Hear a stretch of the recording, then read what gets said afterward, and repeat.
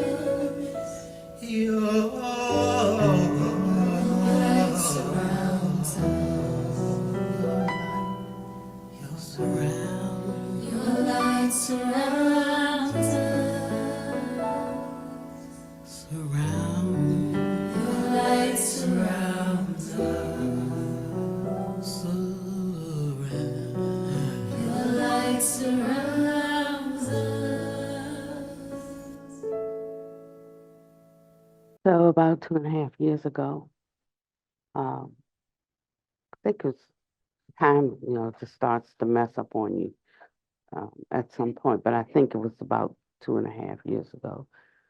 Um, Buddha Master gave me some words concerning Joe. I'm like, you know who's Joe, right? I was, um, I just want to make sure, like, he wasn't mixed up. So you know who Joe is, right? And he said, yeah, Joe. And you know, truly witnessing. Uh, uh, well, I would say like a miracle, the emergence of some qualities. Um, and sometimes I would buy a handful of seeds, like I don't know, at the discount store, they were cheap because nobody knew what seeds they were, so they like seed flowers. And so you can buy them cheap and you throw them, and then you look and see what pops up, what grows. Um, and I think that that's how this life is, because we look um, on the outside, you know, but there is a seeing to the heart of a person that tells what the real story is. And we only have the capacity to see from the outside, and we superimpose our opinion or our view of what things are based on our looking. But how wonderful it is that we are taken on a journey of trust, that there is a different way of seeing and a different way of knowing that allows what is truly the seed to come forward. And so I listened to uh, your Dharma talk while I was gone, and when I got to about 1 hour in, he's like very methodical. He's technical. And I'm like, it's too much for me because um, you know it's hard for me. It's like when you see, like when they were doing the Highway 26. Is that what that one is? Yeah. And every day something was torn up, and they piling the rocks over here, the pebbles over here, the concrete's over here, and everything is separated in this little pile, and uh, and sometimes it's on this side of the road, and we're vectoring this way. You come back 2 days later, it's on this side of the road, and we're vectoring this way, and you're wondering if the highway, like when we're going to build the highway, right?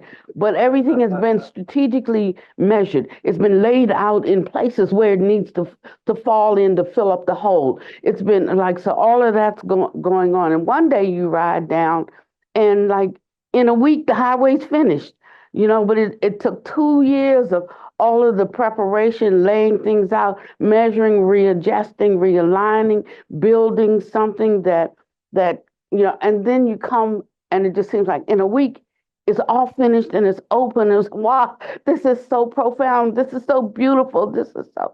And so it was like that in listening to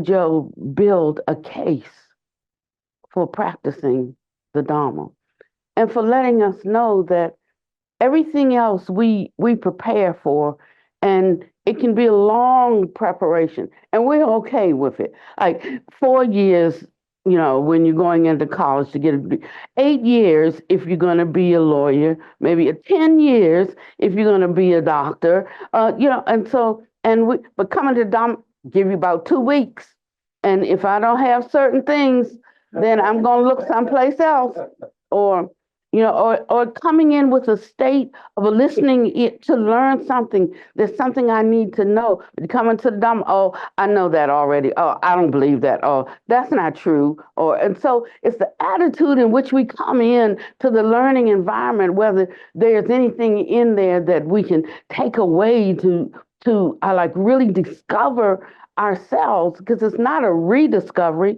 I wouldn't even bother with this way if this was a remembering or if it was a rediscovery, because if I had, it before and I lost it, how do I have any confidence that now I rediscover it, I won't lose it again?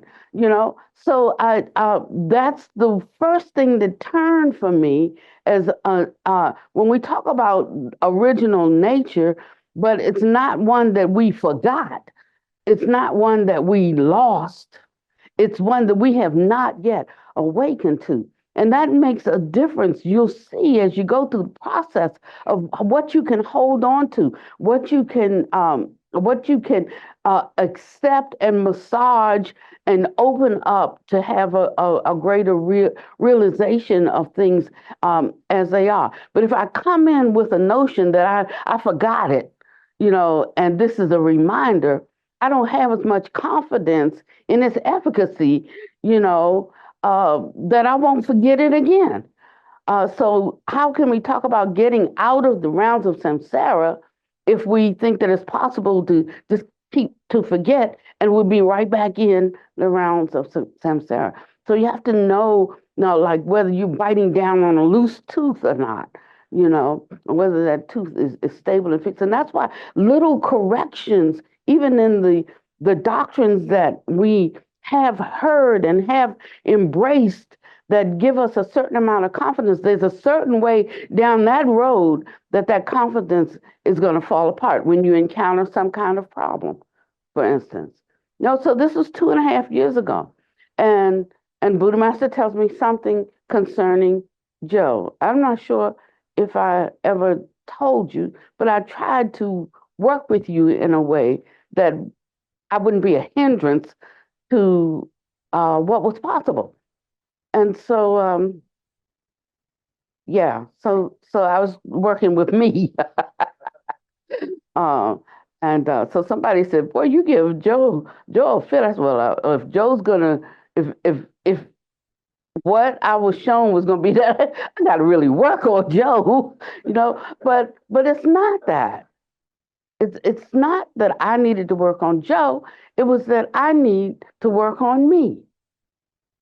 You see."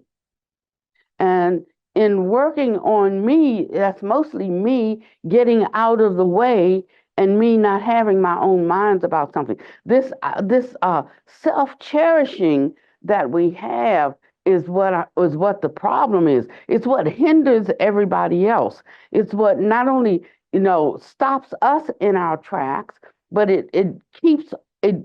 We make sure we keep stops on other people, and so there's this whole uh,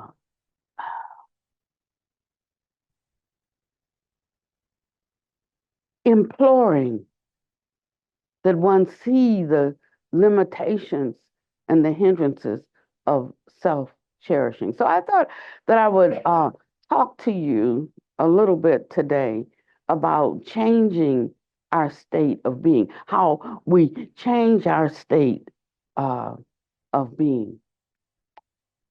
And did we have the song?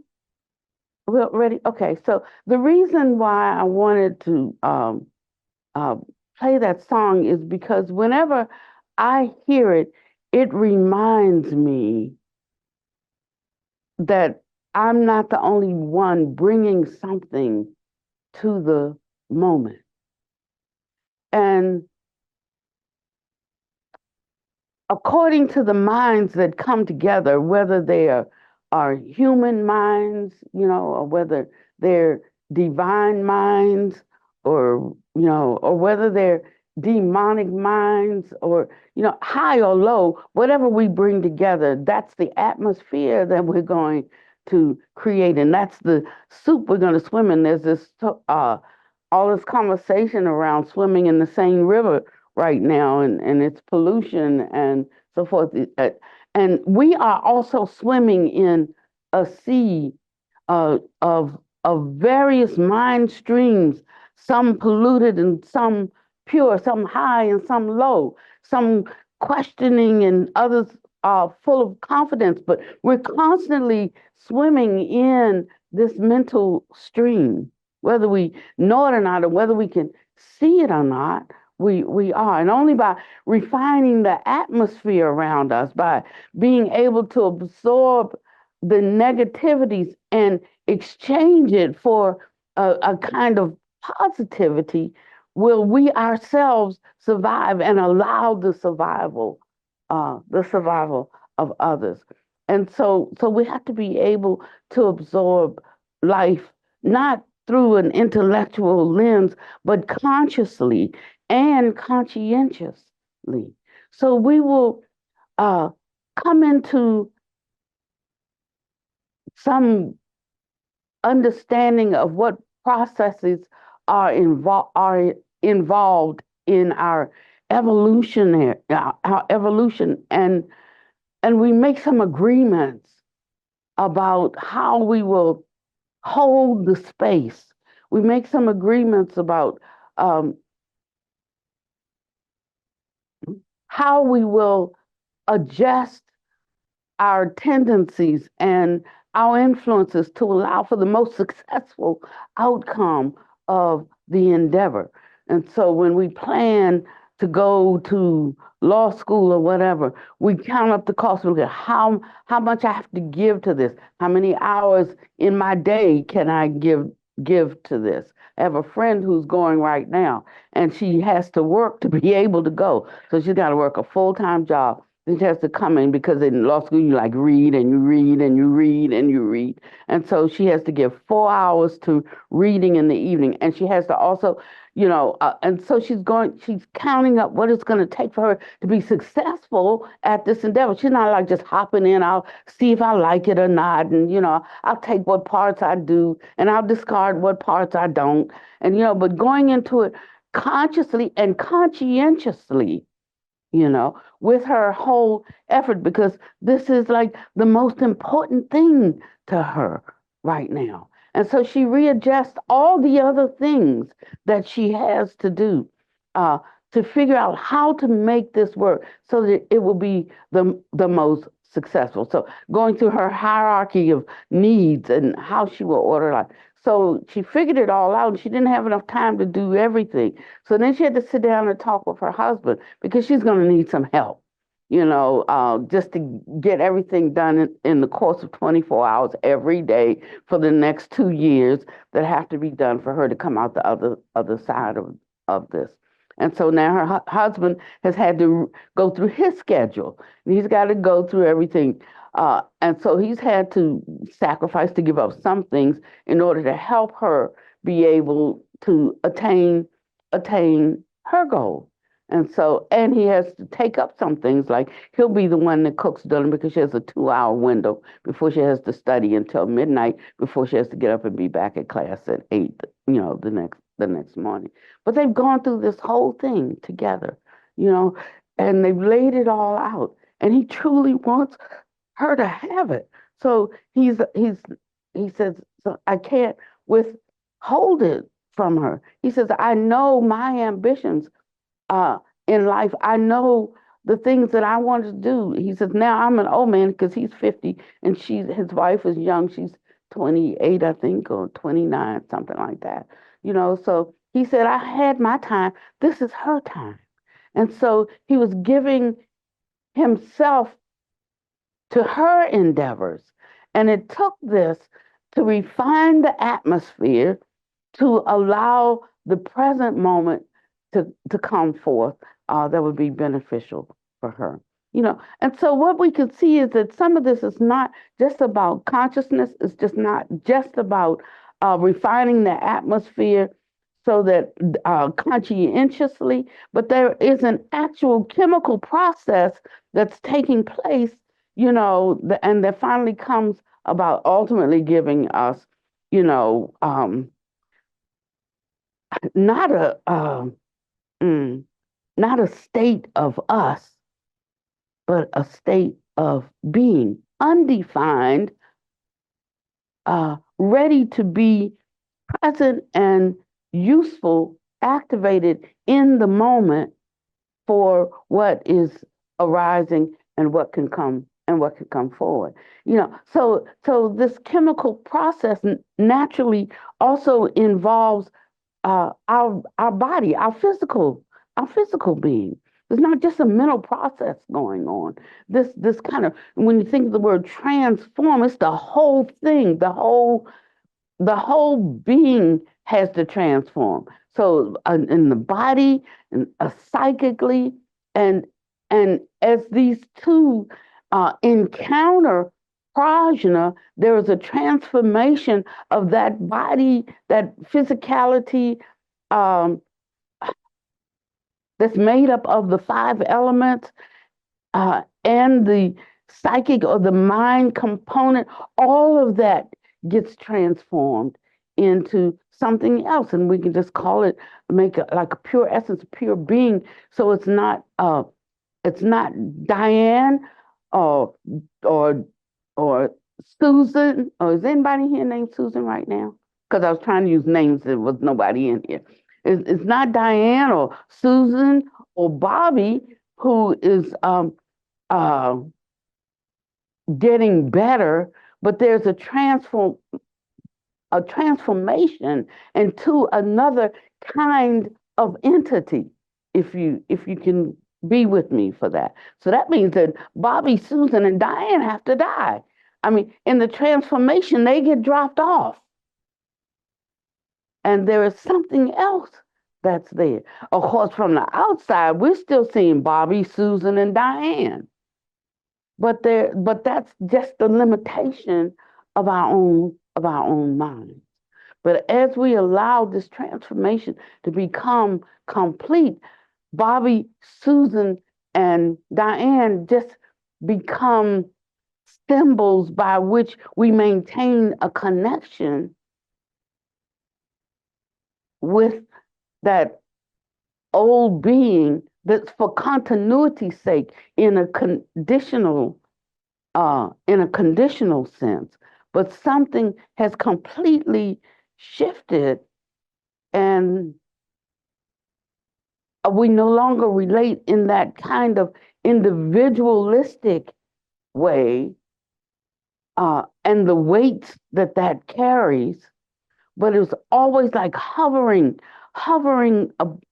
in a space of equality that's not so tied to an individual perception of who is who and what is what. And by being perched in that place, and having that view of equality, suffering does not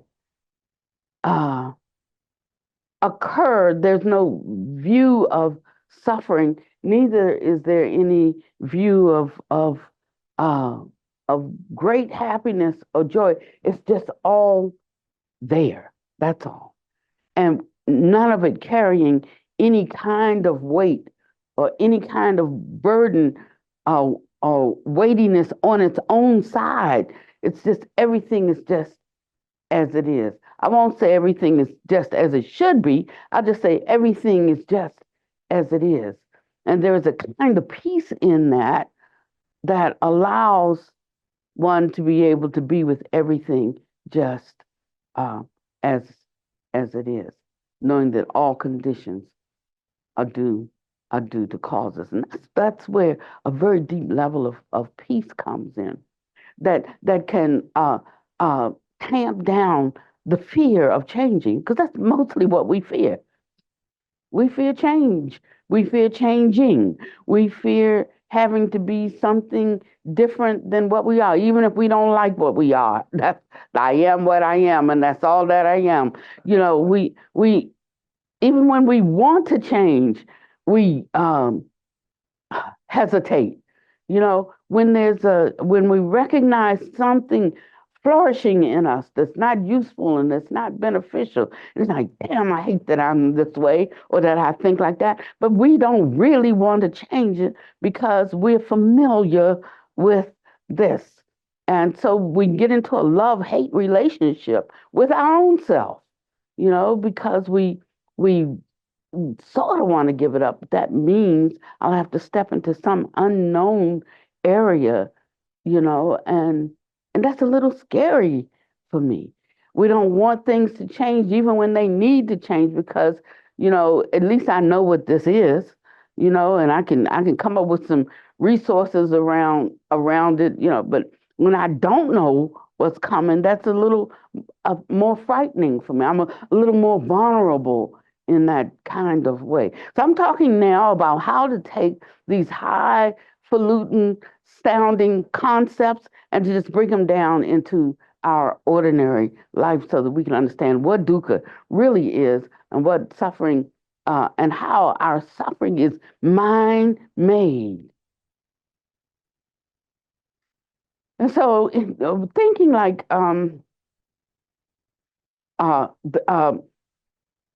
our states of being are like a maturing of the energies that are flowing through us and that have been flowing through us. I mean, we call them habits, but it's the maturing of energies that are flowing constantly through us. And anything that grows, it has to take in like a lower level of energy and convert it into something else. That's why we have the word higher, upper, because it implies taking something that is low and elevating it, you know. So we can go years and years maturing in things, but they're not of a factor that elevates. And so we find ourselves stuck in like turkeys with big bellies and the wings are not sufficient to make us fly. Yet we know we have wings, and but something has gone askew. And partly you could see it's in the body construction has shifted and changed because we're not taking into account that it's not just what's happening psychically, but that there is also a physical component to it. I used to tell Panyadeepa all the time, like Panyadeepa was very methodical, he was very still, and he moved through space, very slowly. And I say, Panyadeepa, Deepa, you got to be able to walk slow and run fast, you know. Cause always on now, take your time. Now, take your time. But I could see it with him, and I'm telling you, you got to be able to run and walk. I didn't see it so much with me because I'm always running. I'm running or I'm flying, you know, and uh, and uh, and so now I see that he's not here for me to look at, and take these concepts outwardly, and project them on other people, then I see that I was talking to me, and you have to be able to walk slow or run fast, you know. But as long as I had him, I could like just project that on him. Mm-hmm. And that's what we do. So understanding that this process is about converting something of a lower level of energy into a higher level of energy is what we have to keep in mind with everything that we study, everything that we contemplate. Where is the movement of the energy, And sometimes we'll get some high peace and we start using that as our measure to examine everybody around us. And before we know it, uh, the maturing of the energy that we already have begins to corrupt or obscure the teaching so that it becomes of no effect in our life. So we use that to judge other people. We use that to judge what's going on around us. We use that to, and then we find out, well, I just can't stay in that place because those people are like da da da da da da da. Or I just can't learn anything from him because that person is da da da da da and da da da da da. And we miss the whole opportunity that was presented to us to be able to transmute and transform our own energies and something. So we actually reach for the wrong fuel. We reach for the fuel of our habitual tendency, and that fuel cannot. When we put it into our car, we actually like just ruin. We ruin the car, you know. And so we think that as we move along and we're sure that we're right because we start to see something happening in our lives. Lives start to get better, and we're thinking, well, this is the result of my spirituality. I'm like, yeah, things are getting good for me now, and I will say that in that process, things do get better and better for you, but it's um, a kind of overflowing gratitude and appreciation and humility that comes with it that's almost unspeakable. You can't even express it because of your gratitude. But sometimes in some areas we also there is a prideful aspect of things getting better or and we're calling that good fortune, but it's not because it's manifesting in a material sense, you know. It's manifesting in a material sense, but that's really concerning worldly things. If it's not being used for the sake of all beings, it's for me and mine, then it is in a very materialistic sense, and it's tied to self, one's self attachment. And so we have to know the difference between uh,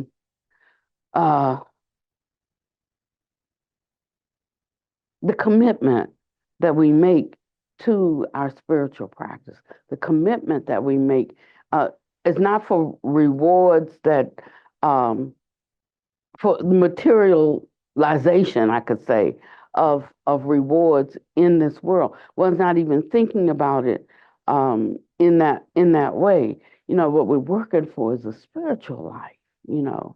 And why should we reach for the same rewards that we were reaching for in our secular worldly way? There's some rewards that come that are greater than these, you know. It's oh, I know what I want to do now. Oh, I know what I want to be. Oh, I know. It's not those. It's when I don't know what I want to do.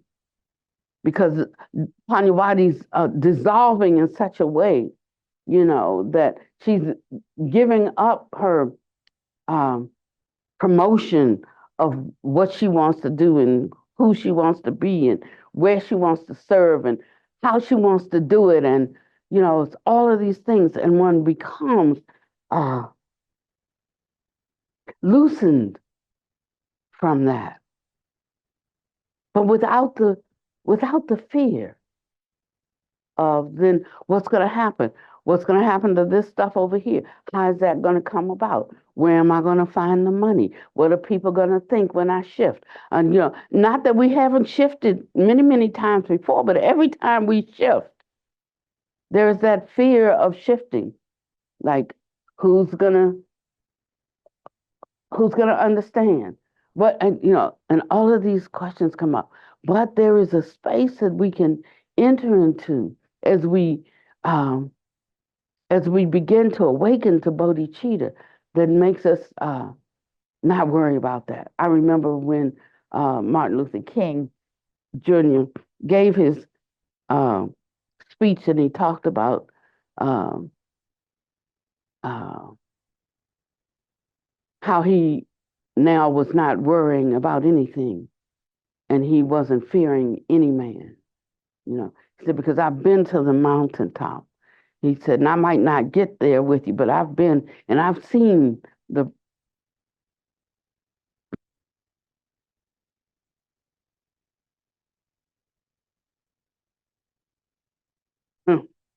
He said, and I've seen the promised land, you know. And he said, to quote a scripture from the Bible, mine eyes have seen the glory of the coming of the Lord. And so he said, now I'm not fearing any man. And that's moving from a state of self to a state of being. And I want to say to you today that that's where this path leads. It's not for the faint-hearted because it takes a desire to get on that road. But once you're on that road and you taste its excellency, there's no way to turn back. There's no U-turns. There's no vectoring off on a tributary, because all of those just constantly just lead right back into that road. You can do it when you're young, you can do it when you're old. But once you have picked up the affinity for something, there's no way to turn back from it. That's all I can say. We're like, well, I just wanted this much of it. I just wanted a little bit, little bit, little bit. I just wanted a little bit that I could add and pluck from that and put over here in and to sweeten my little mixture of the thing that I'm doing, you know. And I'll pick the ones I want, but it doesn't matter. A little leaven's the whole lump, and I'll tell you, you'll never be the same. And even if you reject it until you're on your deathbed, you'll lay on your deathbed and lament because you realize you wasted a precious human life. And so the Buddha Master says we can come to an awareness of this at two times into our life. We can come at the time of our death or now, when there's still time. When there's still time to transform. So this is like entering into a spiritual contract with who? Yourself. A spiritual contract with yourself. But I'm going to tell you the fine print of that spiritual contract does not say you can work on any days you want, Tuesday, Thursday, Sunday. You can work from home. You can it does not give you it does not give you the permission to be as slack as you want to be, but it opens you widely and deeply inside, and you have to drink very, very deeply. If you don't, pick up some precept and some vow, if you don't exercise daily, it will be in you, but it won't be able to come to fruition, and the seeds just stack up in you. I have in other words, it can't flow. So you can't be constantly transmuting and raising the vibrations of the energy, taking in the negative. So I never encourage people to do Tonglen until they reach a certain state of development, because it'll give you a condition. Like I have a condition right now called I forget what it's called, gastroparesis. So I can take in, but I can't I can't let out. So it just, the muscles are paralyzed, so they don't work. They don't move things along. And so we will get like that, and we will become stagnant inside. So we're taking in, taking in, but not with the quickening of the energy that allows it to move and allows it to flow. And so that's how we get cranktified. That's how we get that's how we get a bellyache, that we're so full of stuff because the usefulness has been extracted, but the waste did not move out. And so there's this notion of freedom that one has to have, so that when they have that freedom, there can be a flow and things can move in and move out. So when Buddha Master says you learn something, then forget about it. Forget about it. It doesn't mean forget about it like don't walk in it, but just don't take it and stuff it down, crystallize it, concretize it. But but to allow the nutrient to be extracted that you need to grow and to develop, and then let the byproduct push out all the waste, all this not waste is what's not useful. Like if I don't clean my plate today, like a week from now, I mean that food is not beneficial to me. So I don't need that. I need fresh food. So there has to be this like a fresh anointing, a fresh pouring down of truth that's relevant to the moment and it's relevant to those who are present. But we can't like crystallize, and concretize uh, what uh, what we receive because it's for that moment to be utilized as an uptake, you know, to raise our vibration, our energy, that we equate to our consciousness or understanding is to raise it in that moment. And it's like a conveyor belt of, I saw this, they have a restaurant in Japan and they just put stuff, just different dishes on the conveyor and it rolls around and then somebody sees something, want they take that off and the things keep going and then come around and now they have put something different in that place and it comes around and you might want that. You take it off. But that's how the Dharma is like food moving on a conveyor belt, rolling around like what you need right now. And you take what you need. It's only when we try to make it a forever thing that we bring it down and crystallize it in a way that it becomes not of much use to us. So most of us relate to our spiritual work without consciousness, and but we relate to our ordinary lives with consciousness, you know. And we're being asked to look very deeply and to see that anything that you do with intention and conscientiousness, that's what's conscious for you. And it brings you a reward. So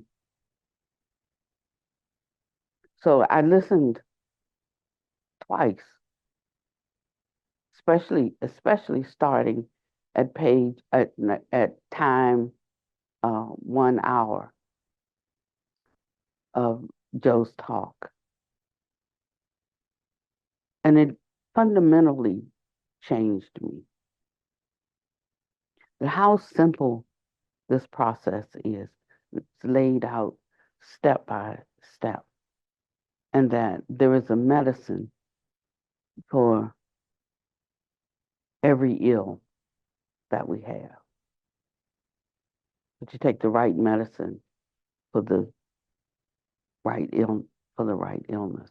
And that's why we have 84,000 methods. That's why we have all of these different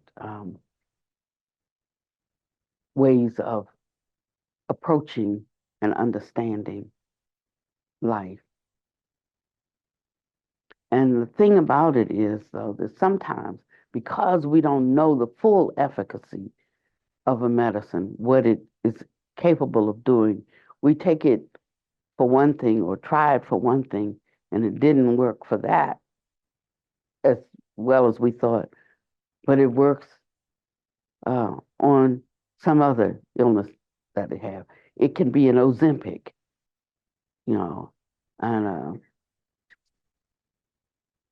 and many medicines that they have developed for one thing turned out to be okay for that, but it was fantastic, at curing something else, or at least removing the symptoms, as they say now. They ain't even claiming to heal nothing, just the symptoms of these things, And so just thinking that raising our level of instinct for wanting becomes so important. What is it that we really want? When you know what it is that you really want, then you feel free even when you don't have it yet, because at least you've come out of the ignorance, the confusion of even knowing, you come out of the confusion of not knowing what you want into at least a rudimentary understanding of what you do want.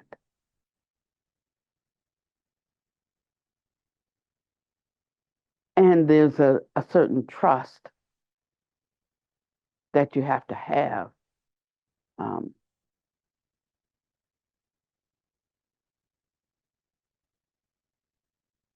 that you can be guided to it. And if you don't think you can be guided to it, it doesn't mean that you can't be. It simply means maybe not at that place, not with that teacher, not through that system, you know. And so it's up to us to find. It's up to us to keep the search going. It's up to us to pursue what it is that we're looking for. And we know that sometimes it's what we're looking for, but we don't like the taste of it. Like they used to say, like, eat your spinach, you know. And it was like, whatever spinach can give me, find me something else that can give me that. Because I just didn't like, even with Popeye, um, I just didn't like the spinach. You know, now I love spinach, you know. But then I didn't. So when you're given spiritual nourishment, it's sort of like being, well, it's it's like being given money. You can afford to buy things, you know. And so now I can I can buy things that I couldn't buy before because I just didn't have the spiritual nourishment. But now that I have it, I find that I can get to the counter, you know, and say, how much is this? And I can pay with the money I have. If I don't, I can whip out a card. I could charge it too, you know. But I know that I have the capacity to get it. And what the Dharma teachings do, and what the Dharma practices and the methods do, is give us that assurance that we can pick up something that we want to buy. And that when we get to the cashier, to the checkout, that we can buy it. Either with cash, what we have already attained, or by credit with the promise of the teaching. And that confidence comes bit by bit. In other words, we really do learn how to solve our own problems. You know, and some of these are problems of the mind, and some of these are problems that have crystallized until the vibration has dropped so low that they are in the natural. And the thing is that when we have that, we want this for everybody we come in contact with. Sometimes we mess things up by trying to give it to them before they know they want it, you know, and it causes a pushing away or a loss of ground. But that's just because of our, you know, just the great joy that we have found in it being something for us, you know. But over time we learn, like, you know, you can't let them know. You know, you have to, like, it's a secret. You know, are you doing something? It's a secret. These are high teachers. We can't share them with you. You know, like, you know, and so they want it. They want to know. So sometimes it's like a game. I think that spiritual teachers play, like with their students, almost like how a parent plays with a child and tricks them to do something that the parent wants them to do, and and and the kid wants to do it too, but they're not going to let you convince them to do it. So we have, from the time we were children, we have played this game with each other, and we play it with ourselves as well. It's embedded in our unawakened nature to actually play against ourselves, you know. And when we start seeing this, like, nobody's hurting me but me. You know, I am hurting myself. I am, even if it's something that you have initiated towards me. I mean, like that's your karma. Why do I want to pick it up and get all in that fray? And now your karma has become my karma, and now I got to pay for something that didn't even concern me in the beginning because it came out of your mind. And so you start to see that, and you start dropping off all of that kind of business. And right underneath that layer is all of this loving kindness and this sweetness and this cherishing of others. It's in a layer right below that, right below that. But you have to cut through that layer to activate that next layer that has all of these wonderful, wonderful, wonderful, wonderful, wonderful, wonderful qualities. Uh, but you couldn't see them because all you could see was yourself. And when you can get to that level, you give up your complaining and you give up your comparison, because those are the two misqualities of selffulness: complaining and comparing. And one can flow freely in the world, and wherever they are or whoever they're with, they can just easily receive whatever good is there being offered. And they can easily transmute the negative energies there. And that's what, this great openness, oceanic mind essence, the Buddha Master calls it. This oceanic mind, this vast mind. And we don't really know where we are on the spectrum of all of that, except through our experiences. That's how we know. People can say they're not real. Who cares? What we can see is how the value of this kind of mind actually produces a shift in the structure of appearances in the world. And that we individually can be a part of that. And we actually see that as the purpose of our lives. It comes with perks, right? There's some benefits, and we can enjoy the benefits, but the benefits, like the dessert, it's not the main meal. It's just a little bit of sweetening that comes in addition. And because they're dessert, and not the fundamental food that we need for our nourishment, we can pass on dessert, or we can take whatever we want, or we can take 2 desserts if we want. I mean, it's just like a personal, individual thing. Has nothing to do with anybody else. It's just a nifty little treat for me and who I am, and it's okay to have that. But make sure that that the nourishment has been taken.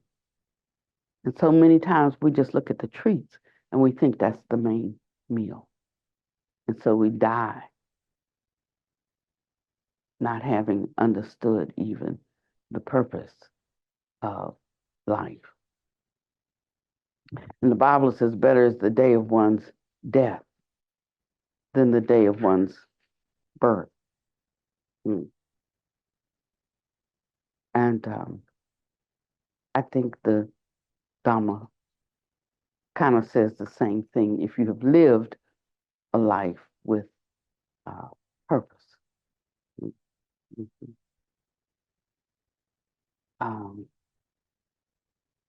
And this has to expand within each one of us. You know, when one takes stock of what do I offer? Um, how do I give myself away? Not what can I give. That's the wrong kind of fuel to think. What can I give and what can I take? We talk about exchange, exchanging self for others. We have to understand what that means. It's not like a worldly give and take. It's not in that way that there's an exchange. It's um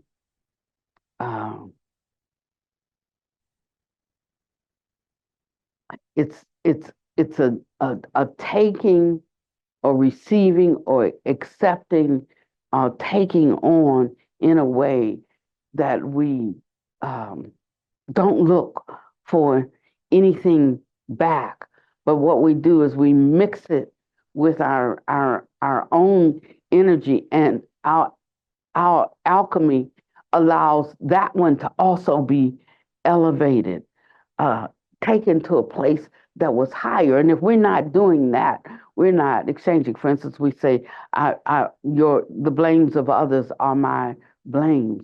That's kind of what that means, that we have a capacity to take them and transmute them, just not some nifty sounding saying that we say. I know a dear beloved brother in the Dharma.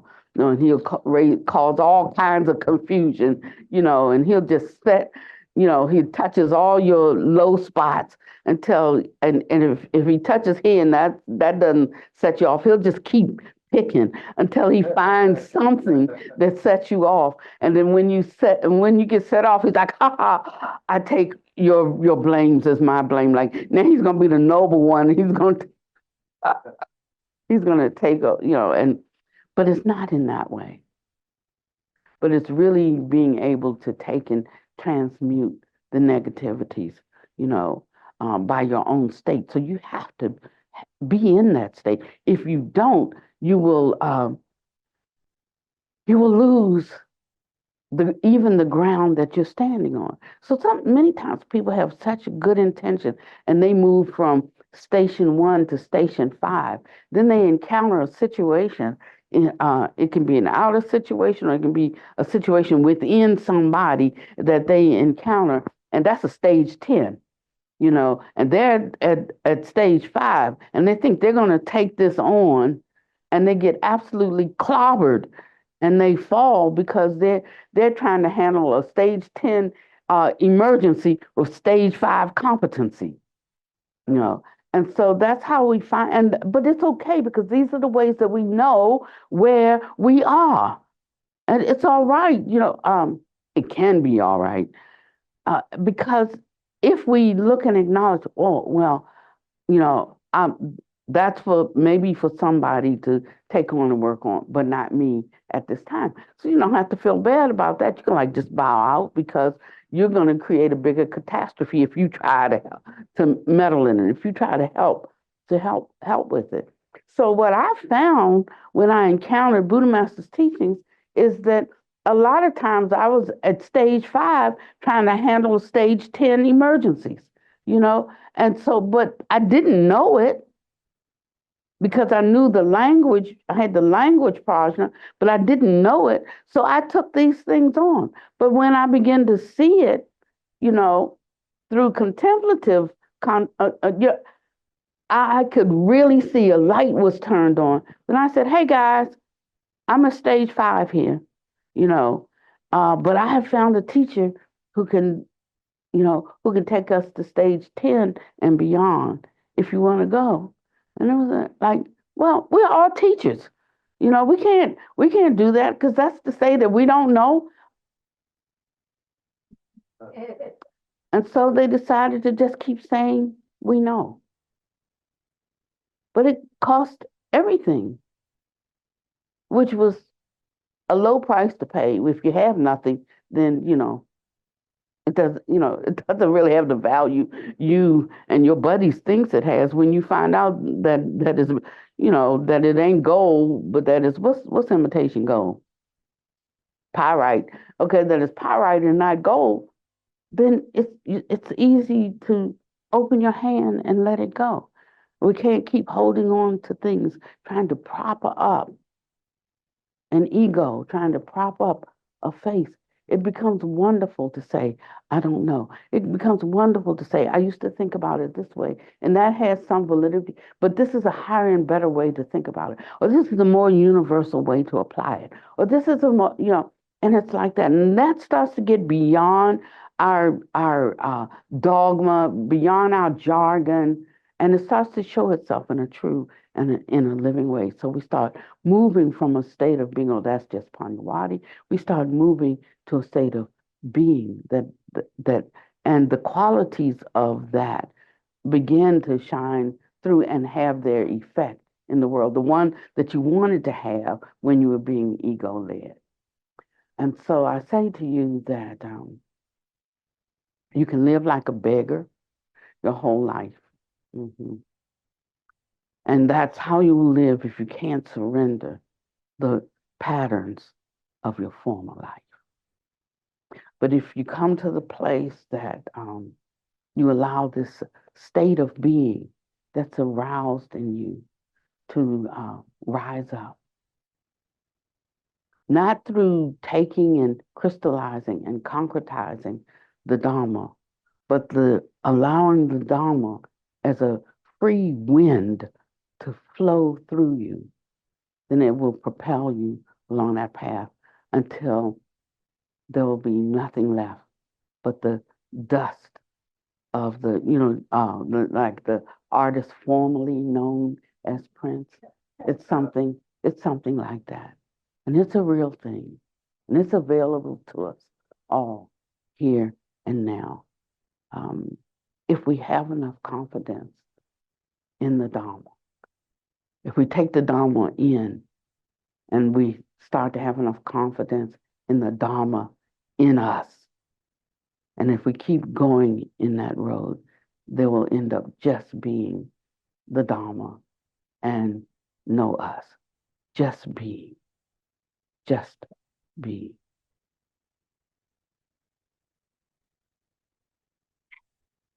These words about, just let go, we're using them, we're flipping them all around, but it's more than just words. It's every time we encounter that sense of self. There was a time I wanted to leave a legacy, but over the last 2 years, I've moved further and further away from that. What I really want to do is leave this world with no footprints in the sand. There's nothing that I want to leave because she's fading. And I will have just, everything that I will have done, that goes on with me out of this world.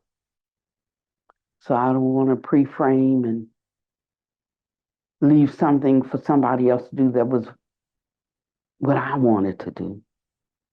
But I want you to do what you want to do. I want you to have that kind of freedom. And so as the sages would say, I must decrease. How wonderful it is when you can step out of life decreasing.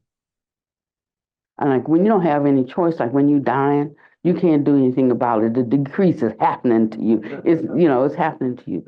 But how wonderful to be able to consciously decrease, to give up the fear of decreasing, and to find the joy in the ascent of others. That's when one knows where they are on the path. And the freedom, the lightness, the liberty that comes with that. And the openness to be used in what other way is required of me without me having so much of a weigh in, or I don't want to do that, or I want to do that. But just where the skills and the quality, the usefulness takes you, being able to just be with that. And sometimes we struggle, but that's just part of the path of letting go. We have to stop the struggle. We have to stop pushing and just let the wind blow. Blow as hard as it can. There is a storm on the horizon, but we don't have to be fearful unless we're trying to hold our ground and stand in one place. But if we will allow ourselves to be tossed by the wind, and wherever we land, just being there, then we'll come closer to living the life of a Buddha. It said a sage has no mind of his own. He takes the mind of his people. I think that that's all I want to say to you today. I thank you all for your conscientious practice, because it is showing, it is obvious.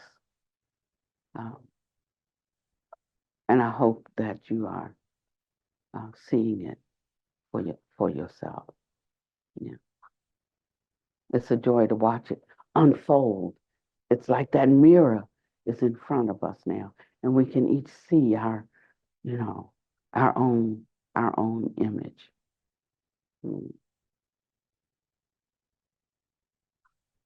May you be well and happy and peaceful. No harm come to you, and no danger.